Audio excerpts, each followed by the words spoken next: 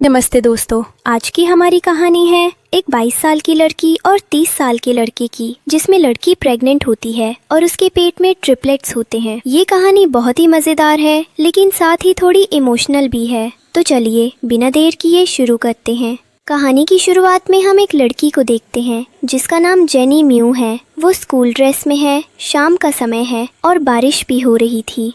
वो सड़क पर जा रही होती है, तभी उसे एक बिल्ली का बच्चा एक बॉक्स में दिखाई देता है। वो पास जाकर उसे उठाती है और कहती है, तुम अपनी माँ से अलग कैसे हो गए? वो तुम्हें ढूंढ रही होगी। चलो मैं तुम्हें अपने साथ हॉस्टल ले चलती हूँ, वहाँ सब लोग तुम्हारी केयर करेंगे। उन्हें भी पालतू जानवर बहुत पसंद हैं। उसी सड़क के पास एक होटल था जहाँ चैन क्यूएन अपने एक फ्रेंड के साथ आता है। वहाँ उसका फ्रेंड कहता है, तुम अपने फैमिली की पहली जनरेशन हो जिसकी एज 30+ हो गई है, पर तुमने आज तक किसी लड़की को छुआ तक नहीं। भाई तुम्हें कैसी लड़की चाहिए बताओ मुझे। तभी चैन क्यूएन बाहर की ओर देखता है और उसे जेनी म्यू दिखती है जो अपने हाथ में बिल्ली का बच्चा लिए उसकी केयर कर रही थी। उसे देखकर चैन क्यूएन कहता है, मुझे ऐसी लड़की चाहिए जो सच में प्यार करे, और वो वहाँ से चला जाता है। उसका फ्रेंड सोचता रह जाता है ऐसी लड़की इसे कहाँ मिलेगी। इसके बाद जेनी म्यू अपने हॉस्टल वापस जाती है। जैसे ही पहुँचती है वो देखती है कि हॉस्टल ओनर उसका सारा सामान बाहर फेंक रही है। वो कहती है, आंटी आप ये क्या कर रही हैं? मेरा सामान बाहर क्यों निकाल रही हैं? हॉस्टल ओनर कहती है, तुम्हारे पास देने के लिए हॉस्टल फीस और अकोमोडेशन के पैसे तो है नहीं, तो तुम यहाँ नहीं रह सकती। जेनी म्यू कहती है, पिछले महीने का तो मैंने दे दिया था और अगले महीने का भी जल्द दे दूंगी। हॉस्टल ओनर कहती है, तुम्हारी माँ ने तो रिफंड ले लिया। जेनी म्यू चौंक जाती है, पर वो तो मेरी खुद की कमाई के पैसे थे, वो ऐसे कैसे कर सकती हैं? मैंने बहुत मेहनत से काम करके कमाए थे। हॉस्टल ओनर ठंडे लहजे में कहती है, मुझे कुछ नहीं पता, अब तुम यहाँ नहीं रह सकती। जेनी मुँह गिड़गिड़ाती है, आंटी मुझे बस कुछ दिन का टाइम दे दीजिए, मैं फीस दे दूंगी, अकोमोडेशन का भी सब भर दूंगी, बस कुछ दिन। पर हॉस्टल ओनर कुछ नहीं सुनती और उसे बाहर निकाल देती है। इसके बाद जेनी मुँह अपना सारा सामान लेकर एक होटल में जाती है और कहती है, क्या मुझे यहाँ वेटर की जॉब मिल सकती है? मैनेजर ताना मारते हुए कहता है, यहाँ वेटर बनने के लिए भी एक क्लास चाहिए होती है। तुम्हें देखकर ही समझ आ रहा है कि तुम लो क्लास बैकग्राउंड से हो। ये होटल सिर्फ सिटी के रेप्यूटेड लोगों के लिए है, तुमसे उनके रूल्स फॉलो नहीं होंगे। तुम यहाँ स्वीपर की जॉब कर सकती हो। और फिर उसे कहता है, चलो फर्श साफ करो। जेनी मुँह अपना सामान एक तरफ रख देती है और सफाई करने लगती है। मैनेजर उसे नीचा दिखाते हुए कहता है, अपने घुटनों पर बैठकर अच्छे से साफ करो, एक भी दाग नहीं दिखना चाहिए। आज इस होटल में सिटी की क्वान फैमिली के हेडमास्टर चैन क्वान आ रहे हैं, उनके लिए बहुत सारे अरेंजमेंट्स करने हैं। तभी वहाँ चैन क्वान अपने फ्रेंड के साथ आता है और देखता है कि जेनी मुँह सफाई कर रही है। वो हैरान होकर कहता है, ये क्या हो रहा है?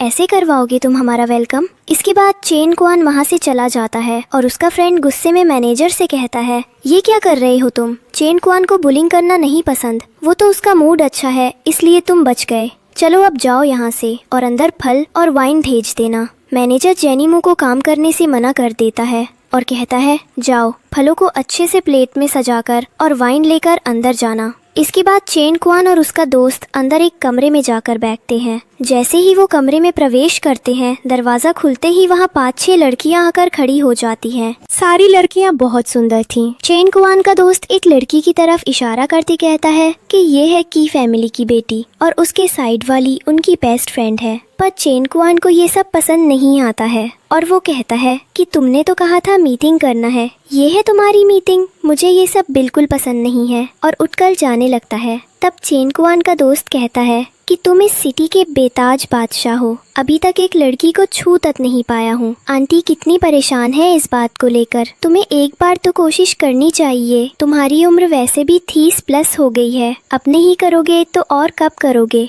तभी वहाँ जेनी मूफल और वाइन लेकर आती है और वो रखकर जाने लगती है। पर तभी चैन क्वान को चक्कर आने लगते हैं और वो जेनी मुँह का हाथ पकड़ लेता है और कहता है कि तुम रुको, मुझे छोड़कर मत जाओ। तब चैन क्वान का दोस्त सोचता है कि उसके एफ्रोडीसिएक परफ्यूम ने अपना काम शुरू कर दिया, पर उसे नहीं पता था कि चैन क्वान की पसंद एक वेटर होगी। इसके बाद चैन कुआन जेनिमू के करीब जाने लगता है तो जेनिमू कहती है कि आप नशे में हैं, आपको कोई गलत फहमी हो रही है। मैं यहाँ सिर्फ वेटर का काम करती हूँ, ये सारे काम नहीं करती और बहुत डर रही होती है। जेनिमू कहती है जाने दो मुझे, पर चैन कुआन उसे लिटा देता है। तब जेनिमू कहती है कि मुझे हॉट क्यों फील हो रहा है और फिर वो पूछता है कि क्या तुम वर्जिन हो। तब जेनिमू कहती है कि हाँ, मैं 22 साल की हूँ। फिर चैन कुआन कहता है कि जो भी होगा उसकी जिम्मेदारी मेरी होगी और फिर जेनिमू और चैन कुआन के बीच फिजिकल रिलेशनशिप बन जाता है। इसके बाद जेनिमू वहाँ से चली जाती है। इसके बाद जेनिमू अपने घर जाती है जहाँ उसकी तबीयत खराब होती है तो वो क्लिनिक जाती है, पर वहाँ उसे पता चलता है कि वो प्रेग्नेंट है और उसके पेट में 3 बच्चे पल रहे हैं। पर ये बात जेनी और उसके भाई को बिल्कुल पसंद नहीं आती और वे कहते हैं कि किसका बच्चा है ये, तुमने हमारी इज्जत को राख में मिला दिया। जेनिमू कहती है कि ये मेरे बच्चे हैं और मैं उन्हें जन्म दूंगी, लेकिन उसकी माँ कहती है कि तुम अभी गर्भपात करवाओगी और फिर उसके बाद केमिकल फैक्ट्री में नौकरी करोगी। मैंने तुम्हारे लिए नौकरी के लिए बात भी कर ली है, तुम वहाँ जाओगी, काम करोगी और महीने की सैलरी 10,000 युआन मेरे अकाउंट में आएगी, जिससे मैं तुम्हारे छोटे भाई की शादी के लिए पैसे दूंगी और एक घर बनवाएंगे। इसमें जेनिमू कहती है कि पर माँ, मेरे पेट में भी तो 3 बच्चे हैं, इनका क्या होगा और मुझे अभी पढ़ना है। इसके बाद जेनी की माँ कहती है कि पढ़ के क्या करोगी, तुम्हारी डिग्री से कौन सी तुम्हें अच्छी सी नौकरी मिल जाएगी। जेनिमू कहती है कि माँ, पर मैं अभी यंग हूँ और अभी से केमिकल फैक्ट्री में काम करूँगी तो मुझे कैंसर होने के चांस बढ़ जाएंगे। पर जेनिमू की माँ कहती है कि तुम तो अभी यंग हो और कैंसर से डर रही हो। जेनिमू कहती है कि माँ, पहले भी तो मैं काम करके सारे पैसे आपको देती थी, वो सारे पैसे आप शियावन मुँह के ऊपर खर्च कर देती हैं, आपने मेरे बारे में तो कभी सोचा ही नहीं है। जेनिमू की माँ कहती है कि मैं कुछ नहीं सुनना चाहती, बस तुम अभी यहाँ से जाओ और जाकर अपना अबॉर्शन करवा लो। इसके बाद जेनिमू रोते हुए अबॉर्शन की फीस जमा करने जाती है और इधर से वो अपना फ़ोन निकालती है और फिर सोचती है कि चैन कुआन ने उसके मोबाइल में नंबर किया था और कहा था कि कोई ज़रूरत हो तो बताए। पर जेनिमू सोचती है कि क्या वो उसके बच्चों की जिम्मेदारी लेने के लिए तैयार होगा। दूसरी तरफ चैन कुआन अपनी कंपनी में बैठा है जहाँ एक प्रेजेंटेशन होने वाली थी। मैनेजर की मोबाइल से प्रोजेक्टर कनेक्ट नहीं होता। तब मैनेजर चैन कुआन का मोबाइल लेता है प्रोजेक्टर कनेक्ट करने के लिए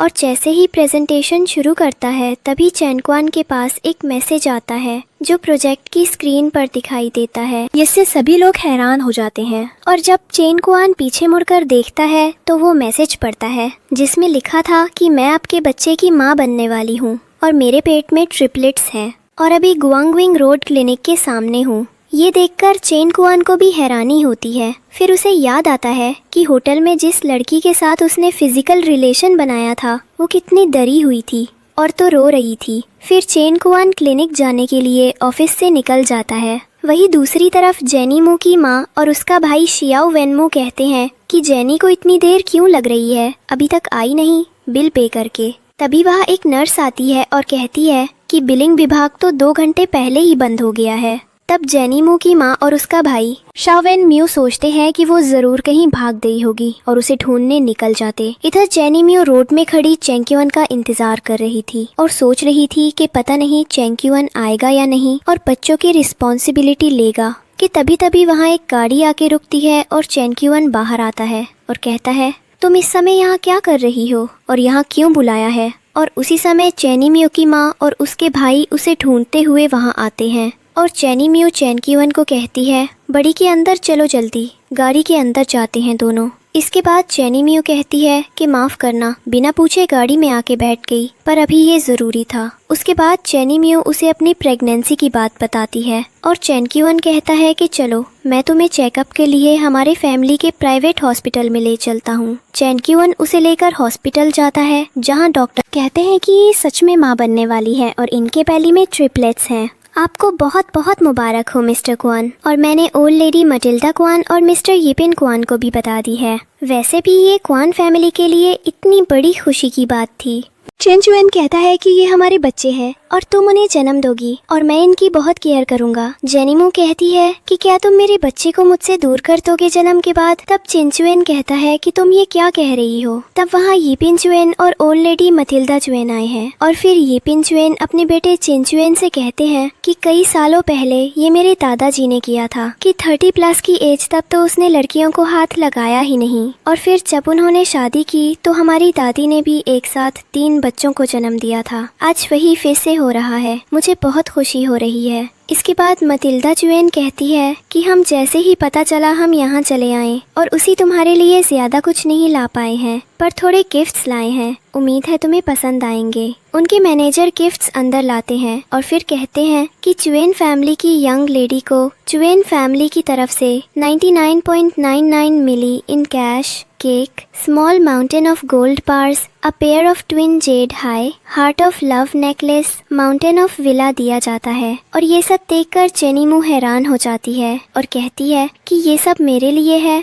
तब मटिल्डा की उसके पास आती है और कहती है कि तुम अब हमारे क्यों फैमिली की बहू हो और अब हमारा सब कुछ तुम्हारा ही है। और फिर उसे मदर बकलेट ऑफ द पीस नाम का लॉकेट देती है और कहती है कि ये तुम्हारे लिए है। जब मैं प्रेग्नेंट थी तो इसे मैंने पहना था और अब इसे तुम पहन लो, इसे तुम्हें पीस मिलेगा। इसके बाद जेनिम्यू सोचती है कि ये सब लोग कितने अच्छे हैं, मैं चेंकियो को गलत समझ रही थी, वो मेरे बच्चों को मुझसे दूर नहीं करेंगे। फिर चेंकियो जेनिम्यू से कहता है कि चलो मेरे साथ। जेनिम्यू कहती है कहाँ जाना है, तो चेंकियो कहता है कि सिविल अफेयर्स ब्यूरो जाके हमें शादी का सर्टिफिकेट लेना है। इसके बाद जेनिम्यू कहती है कि मैं घर जाकर हाउस रजिस्ट्रेशन के पेपर लेकर आती हूँ और हॉस्पिटल से घर जाती है। इधर वो घर आती है और हाउस रजिस्ट्रेशन के पेपर ढूंढने लग जाती है। बहुत सारी जगह देखती है पर उसे पेपर कहीं दिखाई नहीं देते। उसके बाद वो एक ड्रॉर खोलती है, उसमें उसे हाउस रजिस्ट्रेशन के पेपर मिल जाते हैं और उसे लेकर जाने लगती है। पर तभी वहाँ उसके भाई और माँ बात करते हुए आ रहे होते हैं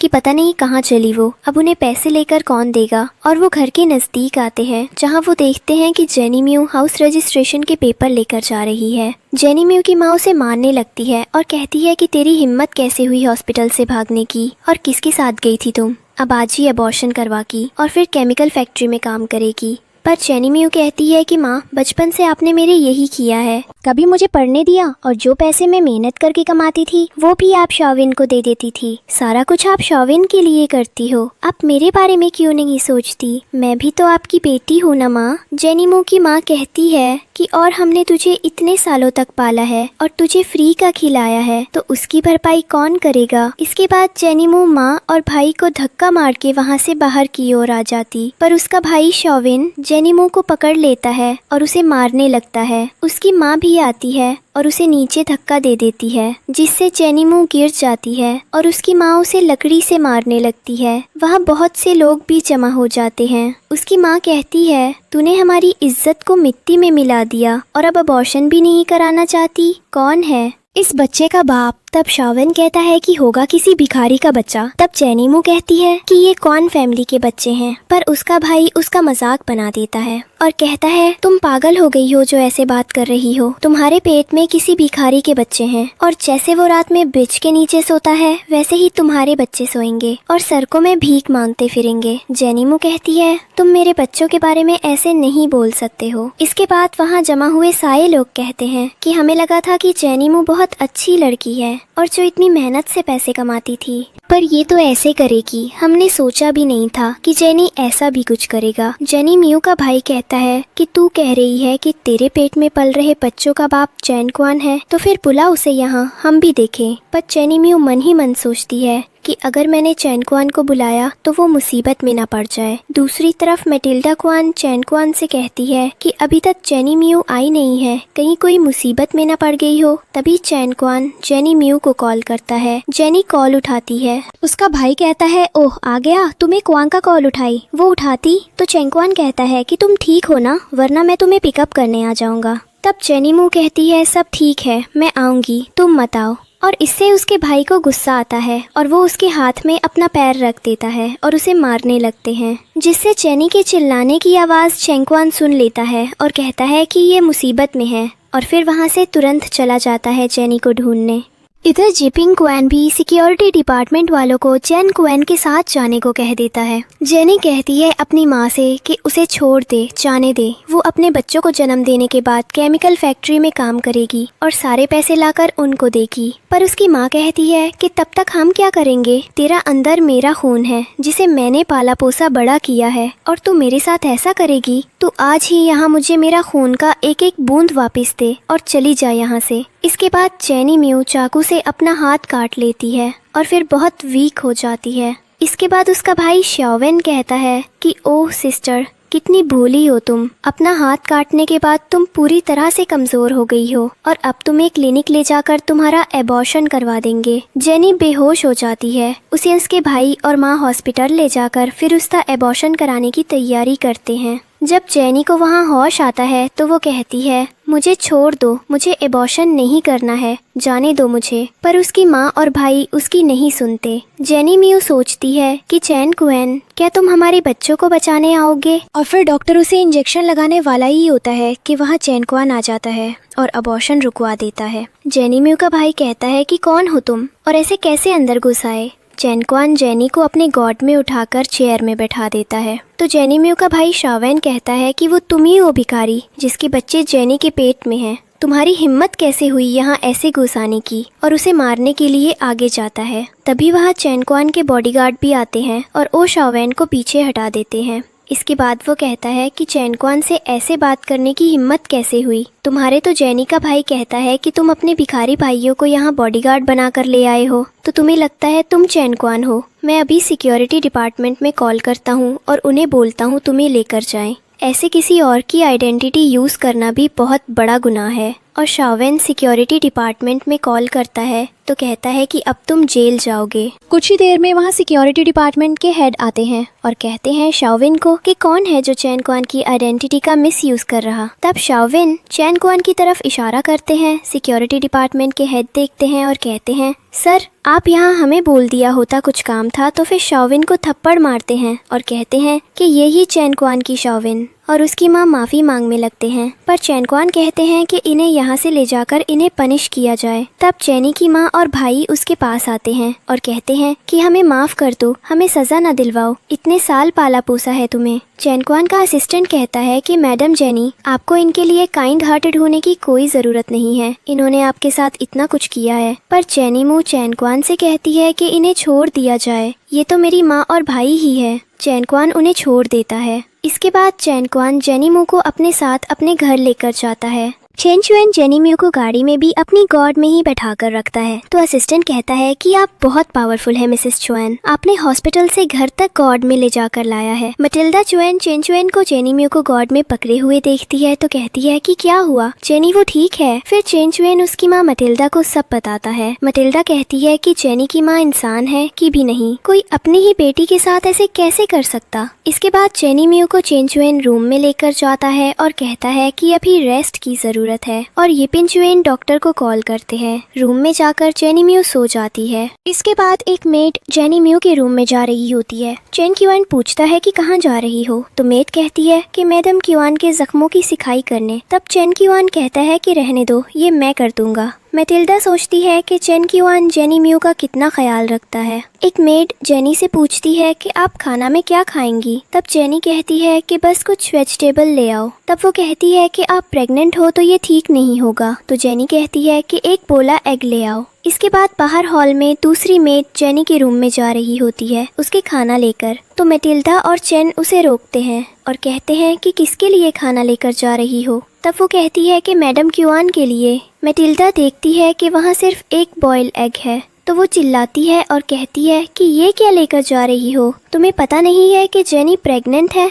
तो मेड कहती है कि जेनी मैडम ने ही ये खाना लाने को कहा था। तो मटिल्डा कहती है कि इसे रहने दो और मिशेलिन रेस्टोरेंट के सबसे फेमस शेफ से उनकी सबसे फेमस डिश बनवा के मंगवाओ। मटिल्डा सोचती है कि जो लड़का कभी किसी से बात नहीं करता था वो आज अपनी पत्नी की कितनी केयर करता है। इसके बाद चैन क्युआन रूम में जाता जहाँ जेनी म्यू लेटी रहती है। चैनकुआन जैसे ही उसे छूता है वो डर जाती है और कहती है कि माफ करना, मुझे उठाने में थोड़ा लेट हो गया। फिर जेनी मियू कहती है आप यहाँ क्या कर रहे हैं? तब चैनकुआन कहता है कि तुम्हारे जख्मों की सिखाई करने आया हूँ और उसके बाल हटाता है। पर जेनी गलत समझ लेती है और कहती है कि आप रहने दो, मैं खुद कर लूंगी। पर चैनकुआन कहता है कि अब मैं तुम्हारा पति हूँ और तुम पर मेरा हक है कि मैं तुम्हारी केयर करूँ, तो अब मुझे करने दो। वो उसके पीठ में देखते हैं जहाँ लकड़ी के निशान थे। उसे देखकर बहुत बुरा होता है। वो उसे किस करता है और फिर उसके जख्मों की सिखाई करता है।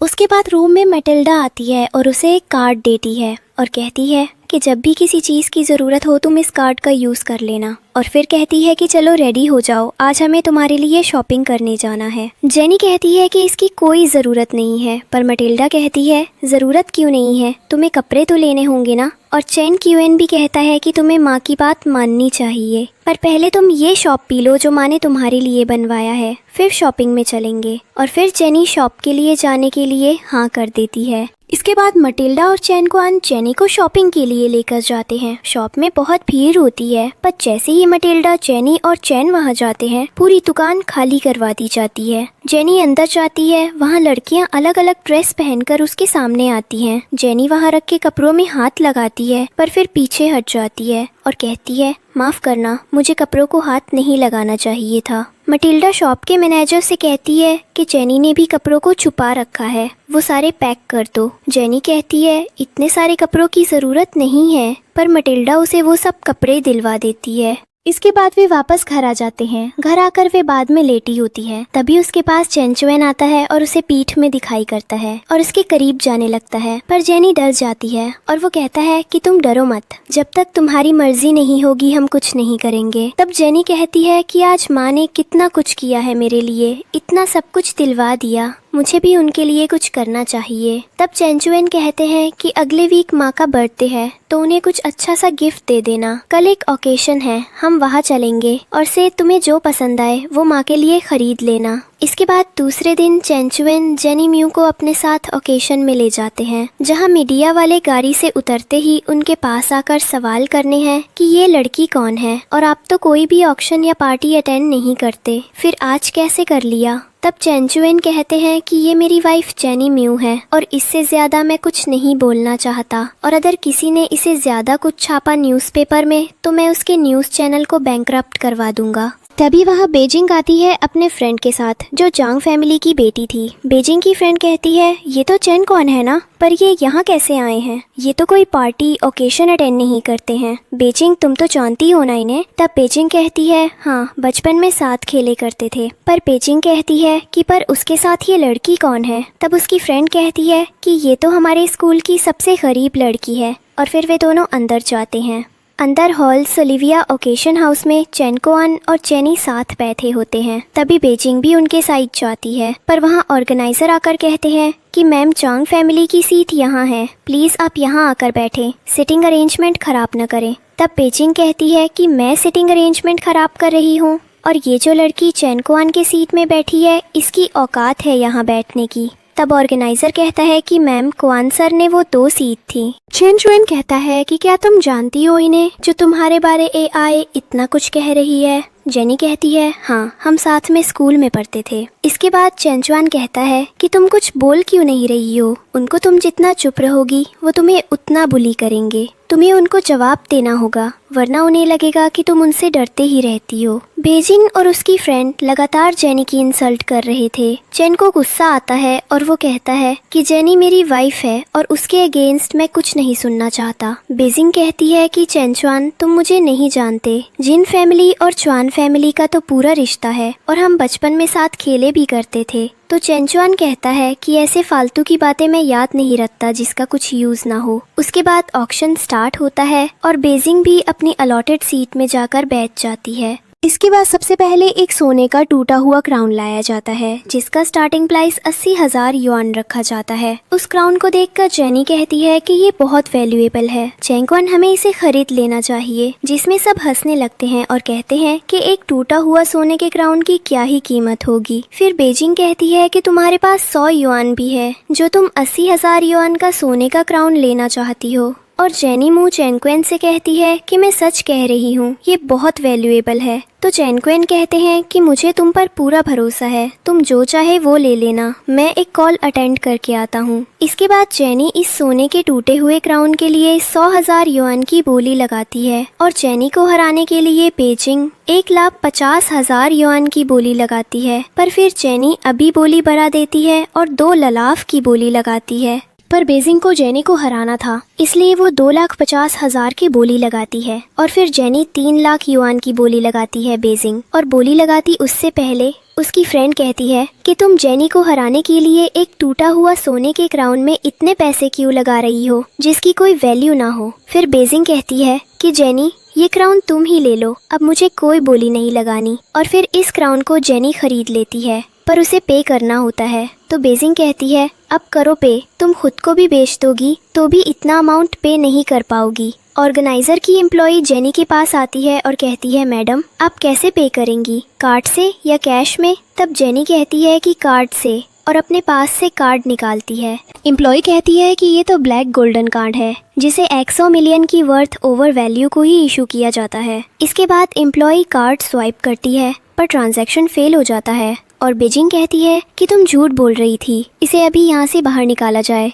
इसकी औकात नहीं कुछ खरीदने की और यहाँ चले आए हो। पर वहाँ तभी कुछ लोग आते हैं। को इंपीरियल कैपिटल की सबसे बड़ी बैंक का मैनेजर और उसके सिक्योरिटी गार्ड थे। वे आगे आते हैं और कहते हैं मैडम ऐसे नॉर्मल पीओएस से ब्लैक गोल्डन कार्ड का ट्रांजैक्शन नहीं होता, इसकी इंस्ट्रक्शंस हमें मिल गई थी, इसलिए हम कैश लेके आए हैं। जेनी एम्प्लॉय को पैसे देती है और क्राउन लेती है। उसके बाद वो वापस चैन को आना जाता है। वो कहता है कि क्या चल रहा है यहाँ। बेजिंग कहती है कि तुम कितनी पागल हो जो इस मामूली से सोने के क्राउन को 3 युआन में खरीदा है। जेनी कहती है कि ये क्राउन बहुत वैल्यूएबल है। बेजिंग कहती है कि अगर ऐसा है तो ठीक है, फिर बीट लगाइए, तुम जीत गई तो मैं तुम्हें 1 मिलियन युआन दूंगी और अगर तुम हारी तो तुम्हें हमेशा के लिए चैन क्वान और क्वान फैमिली से जाना होगा। जेनी मान जाती है और स्टेज में जाकर सोने के क्राउन को भारी चीज से मारती है जिससे और टूट जाता है और उसके अंदर से एक अलग सा क्राउन निकलता है जिसे देखकर एक आदमी कहता है कि ये तो वही है जो सालों पहले खो गया था।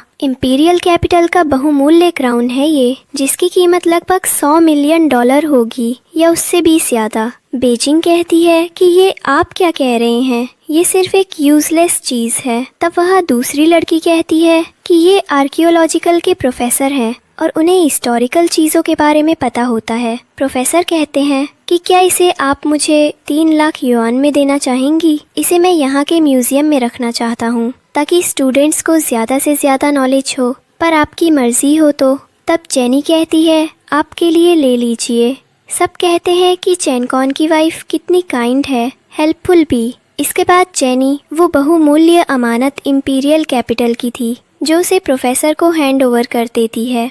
इसके बाद जेनी बेजिंग के उस बीट के पैसे मांगती है तो बेजिंग कहती है कि चैनकॉन हमारा तो बहुत पुराना रिश्ता है बिजनेस का। तो चैनकॉन कहता है बिजनेस की बात कंपनी में और यहाँ तुम जेनी से बेस्ट हारी हो। उसके बाद बेजिंग जेनी को 1 मिलियन देती है। इसके बाद चैनकॉन कहता है कि मुझे नहीं पता था कि मेरी वाइफ इतनी टैलेंटेड है। इसके बाद 8 immortals of mountains and seas created नाम की पेंटिंग लाई जाती है जिसे Chinese painter master Zhang Molin ने बनाया था और इस पेंटिंग का स्टार्टिंग प्राइस 1 मिलियन रखा जाता है। चैनकॉन कहता है कि ये पेंटिंग हमें खरीद लेनी चाहिए। मास्टर जैंग मोलिन की सारी पेंटिंग माँ को बहुत पसंद है, उन्हें ये गिफ्ट बहुत पसंद आएगा। पर जेनीमो कहती है कि ये पेंटिंग फेक है, ये पेंटिंग मास्टर जैंग मोलिन की बनाई हुई पेंटिंग नहीं है। तो चैनकॉन कहता है कि ये तुम क्या कह रही हो। तो जेनीमो कहती है कि इस पेंटिंग को ध्यान से देखो, इसमें कलर बिल्कुल मैच नहीं हो रहे हैं और इसमें रफ ब्रश से काम किया गया है,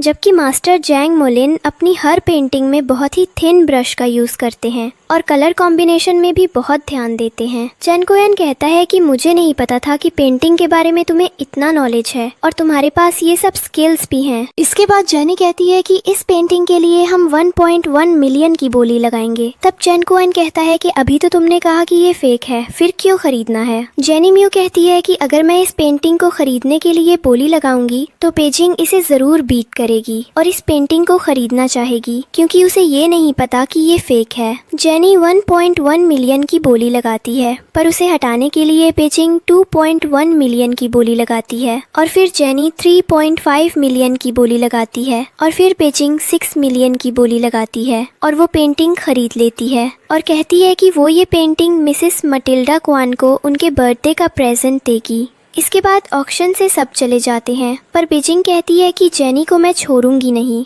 इसके बाद घर में चेनकुएन जेनी से कहता है कि क्या हुआ, तुम क्या सोच रही हो। तब जेनी कहती है कि क्राउन तो मैंने प्रोफेसर को दे दिया, अब माँ को क्या दूंगी। चेनकुएन कहता है कि कोई बात नहीं, कुछ और ले लेंगे। तभी जेनी चेनकुएन के सामने कहना ही वाली होती थी कि उसे पेंटिंग करना बहुत पसंद है, पर उसे लगता है कि वो चेनकुएन के साथ कुछ ज्यादा ही फेमिलियर हो रही है और वो चुप हो जाती है और कहती है कि मैं अभी आपको क्राउन के 3 लाख युआन वापस कर देती हूँ। आज मैंने खुद से 1 मिलियन कमाए थे ना बीट से। तो चेनकुएन उसे रोक लेता है और कहता है कि रुको, तुम मेरे सब कुछ हो, तुम्हारा ही है तो वापस करने की कोई जरूरत नहीं है। इसके बाद वो जेनी को रेस्ट करने बोलता है। इसके बाद सुबह जब से उठते हैं तो चेनकुएन कहता है जल्दी रेडी हो जाओ, हमें माँ की बर्थडे पार्टी में जाना है। मटिल्डा की बर्थडे पार्टी स्टार्ट होती है, सभी गेस्ट वहाँ आते हैं। पार्टी में बेजिंग भी आती है और मटिल्डा को बर्थडे विशेस देती है और कहती है कि आंटी आपने मुझे पहचान नहीं, मैं चांग फैमिली की डॉटर हूँ, मुझे पापा ने यहाँ भेजा है। वो एक बिजनेस ट्रिप में थे इसलिए वो यहाँ नहीं आ पाए। मटिल्डा कहती है ओ डियर, तुम कितनी बड़ी हो गई हो और थैंक यू फॉर कमिंग। तभी वहाँ चेनकुएन और जेनी आते हैं। मटिल्डा कहती है ये है मेरी daughter in law Jenny, young lady of our Kwan family. इसके बाद मटिल्डा कहती है कि आंटी मैंने आपके लिए गिफ्ट लाया है, आपके फेवरेट पेंटर मास्टर चांग मोलिन की पेंटिंग। तब वहाँ आए हुए लोग कहते हैं कि कल बेजिंग ने ऑक्शन में ये पेंटिंग 6 मिलियन की मटिल्डा को गिफ्ट करने लाई है। इतनी महंगी पेंटिंग है। वहाँ पेंटिंग लाई जाती है, उसे देखकर जेनी कहती है कि ये पेंटिंग फेक है। बेजिंग कहती है कि क्या बकवास कर रही हो तुम, तुम्हें पता भी है तुम क्या बोल रही हो, तुमने तो इतने बड़े पेंटर की पेंटिंग पहली बार देखी होगी ना, तो तुम्हें क्या पता इसके बारे में। तब जेनी कहती है कि मास्टर चांग मोलिन अपनी हर एक पेंटिंग में कलर कॉम्बिनेशन और ब्रशेस का बहुत ही बारीकी से यूज करते हैं, पर बाकी के लोग कहते हैं कि हमने तो कभी नहीं सुना। मटिल्डा कहती है कि मेरे रूम से चांग मोलिन की बनाई पेंटिंग ले आओ। जब दोनों पेंटिंग को देखते हैं तो उनमें बहुत फर्क होता है कलर कॉम्बिनेशन और ब्रशेस का, पर बेजिंग कहती है कि वो पेंटिंग भी तो फेक हो सकती है। तो मटिल्डा कहती है कि तुम क्या कहना चाहती हो कि जो पेंटिंग मैंने पर्सनली बनवाई है वो फेक है। तब जेनी कहती है मास्टर जैंग मोलिन अपनी हर पेंटिंग में इनविजिबल साइन करते हैं जो सिर्फ लेजर से दिखाई देती है। बेजिंग कहती है कि क्या तुम हमें पागल समझती हो, ये बात तो हमने पहले कभी नहीं सुनी। और वहाँ आए बाकी लोग भी कहते हैं कि हाँ ये तो हमने भी कभी नहीं सुना। मटिल्डा लीडर लाइट मंगवाती है और देखती है तो बेजिंग की लाई पेंटिंग में साइन नहीं था, पर मटिल्डा के पास जो पेंटिंग थी उसमें साइन था। मटिल्डा कहती है जेनी तुम तो बहुत टैलेंटेड हो। बाकी लोग भी कहते हैं कि मिसेस मटिल्डा की डॉटर इन लॉ कितनी अच्छी और टैलेंटेड है। तभी जेनी कहती है माँ आपके बर्थडे के लिए मैंने खुद अपने हाथों से पेंटिंग बनाई है। एक मेड इस पेंटिंग को लेकर आती है और सब देख के शॉक हो जाते हैं क्योंकि वो बहुत प्रेशियस लग रही थी। तब बेजिंग कहती है कि ये पेंटिंग तुम नहीं बना सकती हो और अपने मोबाइल में से वीडियो निकाल कर कहती है कि ये देखिए, ये पेंटिंग कुछ दिनों पहले ही म्यूजियम से चोरी हुई है और इसे तुमने चुराया है। जेनी कहती है कि ये कैसे हो सकता है, ये पेंटिंग तो मैंने बनाई है, ये जरूर फेक पेंटिंग होगी। पर बेजिंग नहीं मानी और कहती है कि हमें अभी पुलिस को बुलाना होगा। जेनी ने म्यूजियम से चोरी की है, पर सभी कहते हैं कि ये पेंटिंग इतनी परफेक्ट है जैसे चांग मोलिन ने खुद बनाई हो। उसके बाद वहाँ एक आदमी आता है और कहता है कि मुझे यहाँ मास्टर चांग मोलिन ने भेजा है और वो भी जल्दी आ रहे हैं आपके बर्थडे गिफ्ट के साथ जो बाहर गाड़ी में रखा है। उस लड़के को देखकर जेनी चुपने लगती है, पर वो लड़का जेनी को देख लेता है और कहता है कि यंग सिस्टर आप यहाँ, और उसे छुपकर नमस्ते करता है। और फिर मटिल्डा और चैन कहते हैं कि तुम उसे जानते हो। तो वो लड़का कहता है कि हाँ ये मेरी आइडल है, इन्होंने ही मुझे पेंटिंग करना सिखाया। मास्टर चांग मोलिन के पास हम दोनों साथ पेंटिंग किया करते थे, इन्होंने मेरी बहुत हेल्प की है। बेजिंग कहती है कि तुम झूठ बोल रहे हो, इसमें तुम भी अपने प्लान में शामिल कर लिया है और तुम झूठ बोल रहे हो। कितनी झूठी हो जेनी, तुम चैन कुएन को मिसिस मटिल्डा को फंसाना चाहती हो, इसलिए तुमने म्यूजियम से वो पेंटिंग चोरी है। चैन कुएन कहता है बस बहुत हो गया, अब कोई कुछ नहीं बोलेगा। कुछ ही देर में यहाँ मास्टर जैंग मुलिन आएंगे, वही अब हमें सच बताएंगे, पर तब तक मैं अपनी वाइफ के खिलाफ कुछ नहीं सुनूंगा। उसके बाद मास्टर जैंग मुलिन आते हैं और कहते हैं कौन हमारी स्टूडेंट को चोर कह रहा है। मटिल्डा उनका वेलकम करती है। वे कहते हैं कि माफ करना, हम बिना बुलाए आ गए और तुम्हारे लिए ये अपने हाथों से बनाई पेंटिंग भी लेकर आए हैं, पर जेनी ने रिक्वेस्ट की थी तो हम मना नहीं कर पाए। बेजिंग शॉक हो जाती है और मास्टर जैंग मुलिन कहते हैं कि हाँ, जेनी हमारी स्टूडेंट है, पर बेजिंग कहती है कि आपकी स्टूडेंट तो गर्ल्स नहीं होती, तो फिर ये जेनी कैसे। तो मास्टर जैंग मुलिन कहते हैं कि जेनी बहुत मेहनती थी और उसका काम भी बेहद अच्छा था, इसलिए हमने उसे अपना स्टूडेंट बना लिया। वैसे अभी हम थोड़े बिजी थे, पर जेनी के बुलाने पर हम यहाँ आ गए।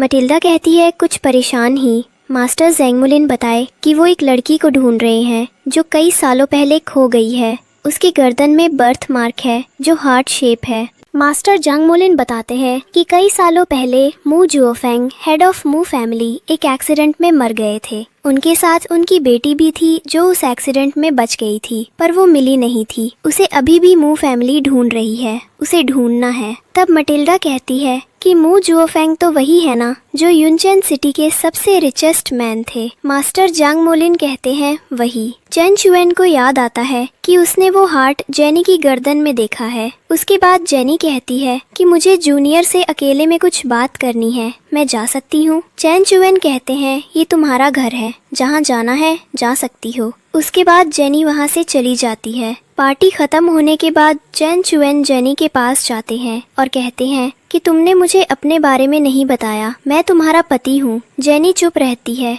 और कहती है कि ये सब मैंने पेंटिंग बनाना शुरू किया था क्योंकि मुझे पैसे चाहिए। तब चेन चुएन कहते हैं कि तुम्हारे साथ क्या हुआ है, क्या तुम मुझे बता सकती हो। तब जेनी कहती है कि जब मैं छोटी थी तब पापा की डेथ हो गई थी और माँ तो मुझे प्यार ही नहीं करती थी, उन्हें सिर्फ पैसे से मतलब था। मैं जो भी पैसे कमाती वो सब वो रख लेती थी और मेरे भाई के खर्चे पूरे कराती थी। वो सब कुछ बस शॉपिंग के लिए करती थी और जेनी के द्वारा कमाए गए पैसे जो वो पढ़ाई के लिए कमाती थी उसे भी उसकी माँ रख ले लेती थी। कभी कभी तो ऐसा लगता था जैसे वो मेरी माँ ही नहीं। बताते हुए जेनी रोने लगती है और कहती है कि अब मुझे इस बारे में कुछ और बात नहीं करनी है। तब चेनचुआ ठीक है। इसके बाद जेनी सो जाती है और चेनचुआ जाकर जेनी की गर्दन का हार्ट का बर्थमार्क ड्रॉ करके पता करने बोलते हैं कि क्या मास्टर जैंग मुलिन जो बर्थमार्क ढूंढ रहे हैं वो ऐसा ही है। इसके बाद बेजिंग कहती है कि जेनी ने मेरी बहुत इंसल्ट की है सबके सामने, मैं उसे छोड़ूंगी नहीं। तब उसकी फ्रेंड कहती है कि तुम आराम से काम लो, मैंने सुना है कि जेनी की माँ और उसका भाई उसे ढूंढ रहे हैं क्योंकि उसके भाई के ऊपर बहुत नाराजगी है और अगर हम उसके भाई की हेल्प करें तो वो भी हमारी हेल्प करेगा, जिससे हम जेनी को कुआन फैमिली के सामने निचला दिखा सके।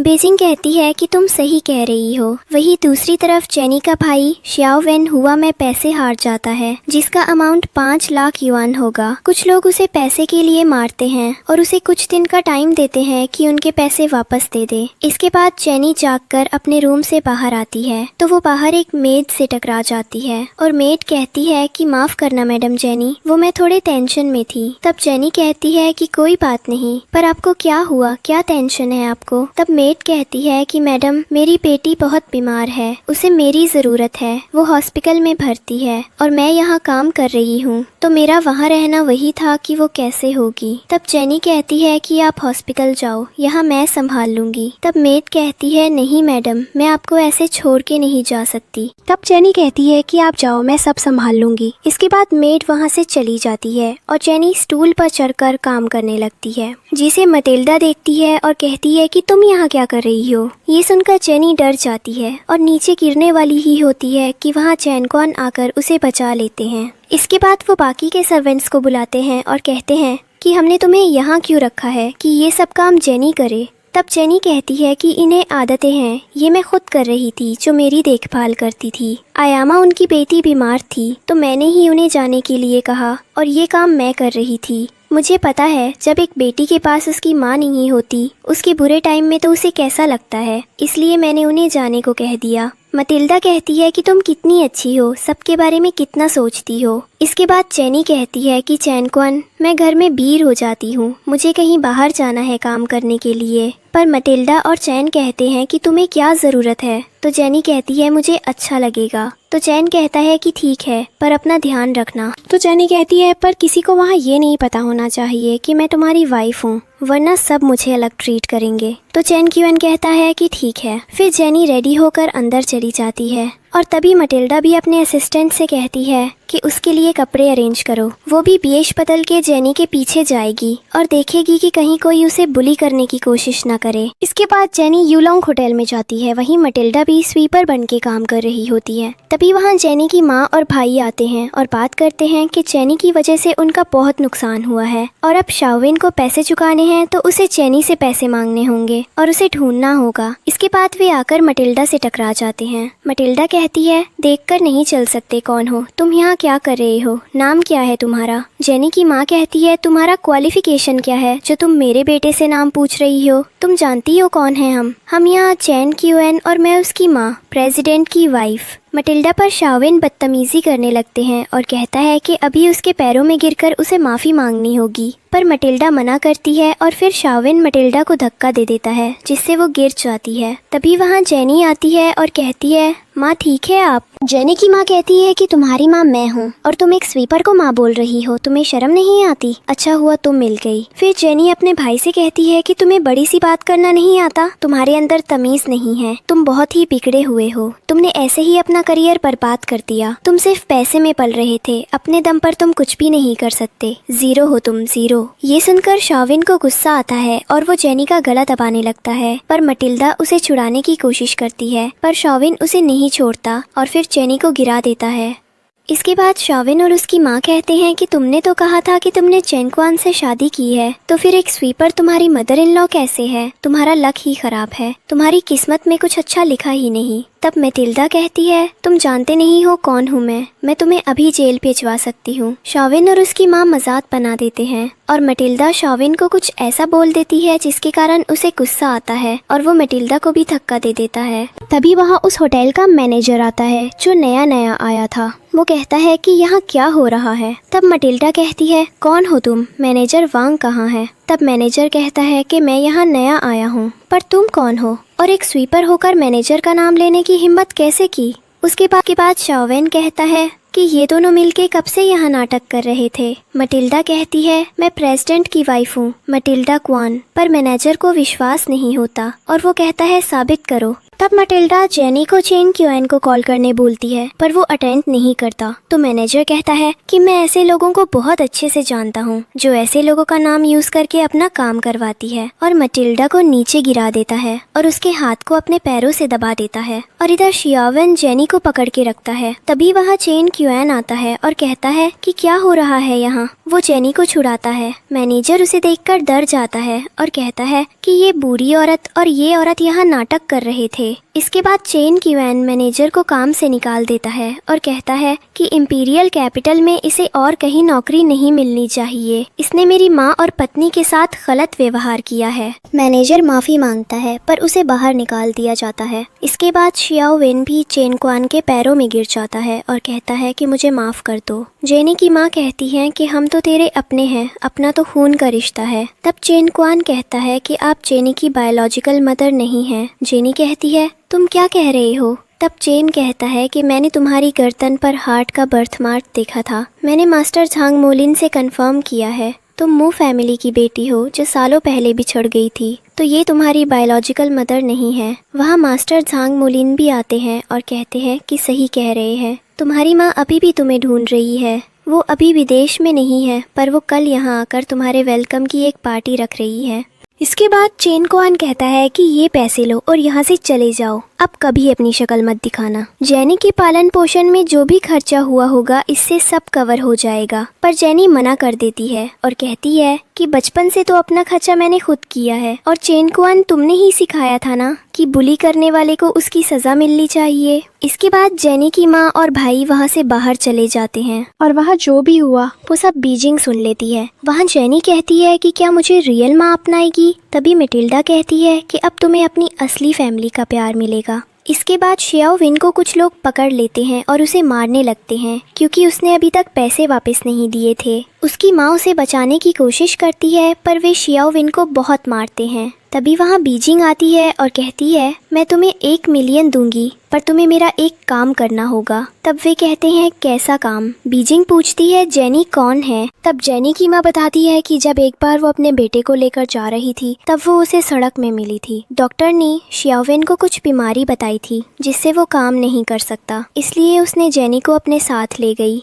ये सोचकर कि सारा काम जेनी करेगी। बीजिंग कहती है अब ये बात सामने नहीं आनी चाहिए कि जेनी तुम्हारी जैविक बेटी नहीं है। कल पार्टी में जाकर तुम्हें ये साबित करना है कि वो तुम्हारी ही बेटी है ना म्यू परिवार। तब जेनी का भाई कहता है कि ओह, इससे जेनी झूठी साबित होगी और क्वान परिवार भी उससे नफरत करने लगेगी। बीजिंग कहती है बिल्कुल ऐसा ही होना चाहिए और अभी के लिए ये 5 लाख रखो, बाकी पैसे मैं तुम्हें काम होने के बाद दे दूंगी। और ये रहा बर्थ सर्टिफिकेट जिससे ये साबित होगा कि वो तुम्हारी जैविक बेटी है। इसके बाद जेनी खिड़की के पास खड़ी होती है। तभी वहाँ चैन क्वान आता है और कहता है कि तुम यहाँ खड़े होकर क्या सोच रही हो? तो जेनी कहती है कि कुछ नहीं, बस कल के बारे में सोच रही हूँ कि कल क्या होगा। अगर माँ को मैं पसंद नहीं आई तो क्या मैं खूबसूरत नहीं हूँ? तब चैन क्वान कहता है कि तुम टेंशन मत लो, बहुत बहुत सुंदर हो। उसी समय चेन क्वान के पास अपने असिस्टेंट का कॉल आता है जो बताता है कि बीजिंग में शियाओवेन और जेनी की माँ एक साथ देखी गई हैं। जरूर वे कुछ करने का प्लान बना रही हैं। तब चेन क्वान कहता है कि उन पर नजर रखी जाए। इसके बाद चेन क्वान जेनी से कहता है